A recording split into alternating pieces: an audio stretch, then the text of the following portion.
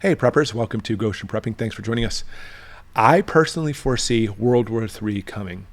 And it's not necessarily from our generation per se, or even people into their late 20s, early 30s and on are trying to push this. In fact, I think the majority of Americans don't want any part of having any type of war with Ukraine or Russia or China or Taiwan. The list goes on and on, right? We really want to have peace and thriving and taking care of our families and go to our jobs, etc.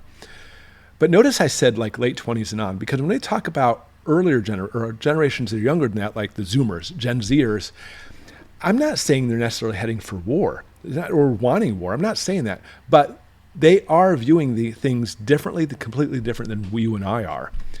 It comes down to this. When it comes to Gen Zers, they focus on two things that really differ than the rest of the majority of adults.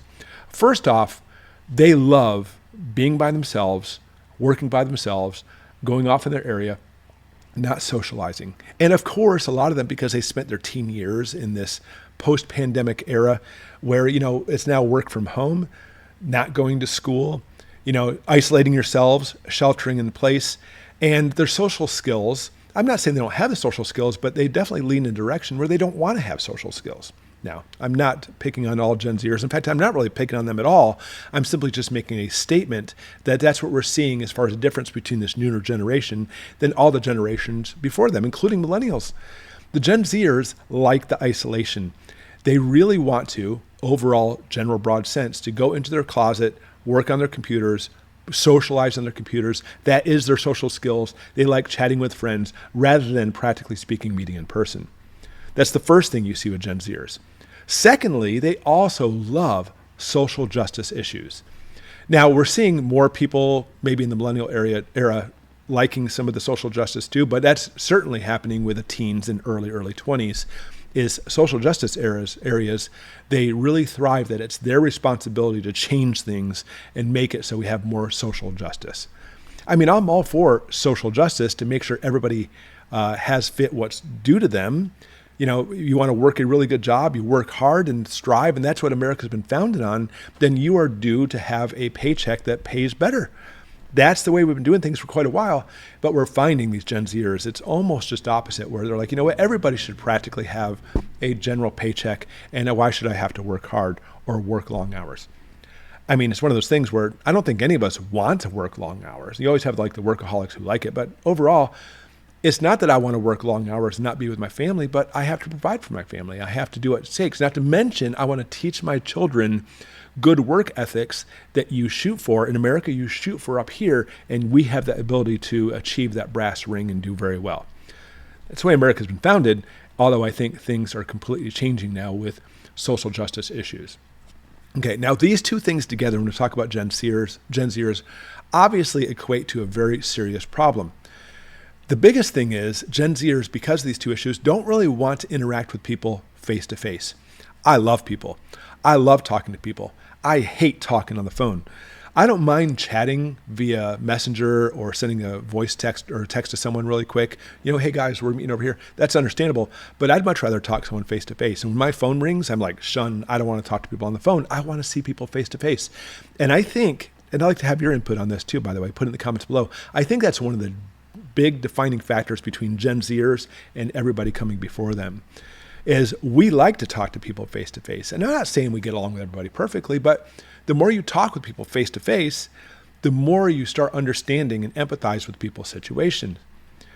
All right, so social media has twisted it because here's the problem. If Gen Zers only want to talk by chatting, or they get all their news by going to the internet, or do everything through Facebook, and the list goes on and on, well, guess what? All that stuff, information has been twisted, purposely mainstream media. And it's not even just mainstream media. It's huge. All these different organizations who hold these social media companies twist the information for the way they see it. So when these Gen Zers read the information, they're like, oh yeah, look, we have a big problem here. No, we don't. There isn't a big problem here. There never was, but it's been twisted because they're really pushing this social justice agenda. So when we talk about Gen Zers love everything digitally and want to do everything on the computer and such and be in their little closet and not really talking face to face, they are literally ripe for the picking. And I'll tell you, when they talk about changing governments, changing things politically and having revolution and all these things happening, it's always done through the youth. because they're very easily manipulable, that word. And they're trying to make it so you can manipulate them. And you know what? Now they'll start following whatever you tell them to. And then they'll even like fight for you and say, look, this is the right way. It's not the right way. But especially with our education system, really doesn't try to get people to think for themselves anymore. There are some teachers who do, by the way. But overall, it's follow this curriculum. You just do this and this and this. And I've talked with countless teachers who hate the new school systems because they're forced to teach all these social justice areas, which honestly, in my opinion, we don't need it. There's always room for social justice, by the way, but it's not as huge as escalating as they're really trying to push it with that. All right, so what does it have to do with anything? What does it have to do with us? Let's go ahead and talk about the war between Russia and Ukraine. Because of that, the way that war's happened, and because of it's like the latest type of conflict we've seen between some bigger powers, the bigger powers being Russia and Ukraine being supported by NATO, well, it's redefining warfare. And because of this, one of the biggest things we see is drone warfare is taking off. It makes perfect sense, doesn't it? Why would you pay for these multi-billion-dollar jet fighters when you can have a drone that costs next to nothing carrying explosives and you can send it across? All we need is somebody who loves to sit in their closet, not talk with other people, to control that drone, because guess what? This is the Call of Duty generation. Honestly, I like Call of Duty. It's fun. I couldn't spend hours and hours on it like some people do because, you know what, I have real things to do in life.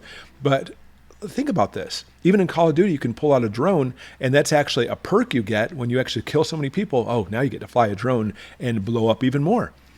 It's video games. When you talk about these violent video games, obviously they have serious problems. On a side note, but real quick, by the way, we notice with my family, we'll let the kids play some video games for a little bit, even like Minecraft, and their demeanor changes. Have you noticed that? Do you have the same situation? And so we seriously limit the amount of video games they play because you know what? We want to have our kids growing up in a very wholesome environment. All right, but anyways, we're talking about sensitizing the population. Listen, 13-year-old heading up as Gen Zers, we're eventually going to need you to fight in a war for us very soon. So in the meantime, here's Call of Duty. Go ahead and don't worry about killing as many people as you want to. And if you do kill people, guess what? You get a perk of flying a drone and killing even more. And we're having a huge population group growing up as Gen Zers who love computers, hate hanging out with people, and now they are ripe for the picking for the military as the military is quickly changing into trying to make everything as autonomous as possible. You know what? When you're standing in the battlefield and it's you and your enemy soldier right in front of you, there is part of you. It's like, you know what? I really don't want to kill you, but I don't want to be killed either. You have empathy, you have compassion, and those things get in the way, by the way. They'll tell you if you don't kill them, you're not a good soldier. But on the same note, guess what? You still have those feelings of like, that's a person. No matter how much you try to desensitize it and try to make it so, you know what? I don't want to kill people, whatever. The drones take that completely out of the equation because you're no longer seeing a person's face, but now you're flying a little drone. And as drones are drastically increasing, it's distancing us from the target, not distancing us from actual miles, but distancing us from actual human experience. And that is what these video games are basically modeling for. All right, so when we see the Zoomers, when we see these Gen Zers, that's where everything ends up, by the way. We're heading for a situation where you can ask almost any American right now, hey, are you going to enlist? Are you going to join the military? Even if they start a draft, you can be drafted. The general consensus I've seen on this channel is when I talk about this, people are like, there's no way this is not happening. But when we talk about Gen Zers coming up, we definitely see a different situation because I'm going to ask you right now, when we enlist people in the military, especially by draft, what age group is it? Is it somebody who's 20, 22, 25, 30?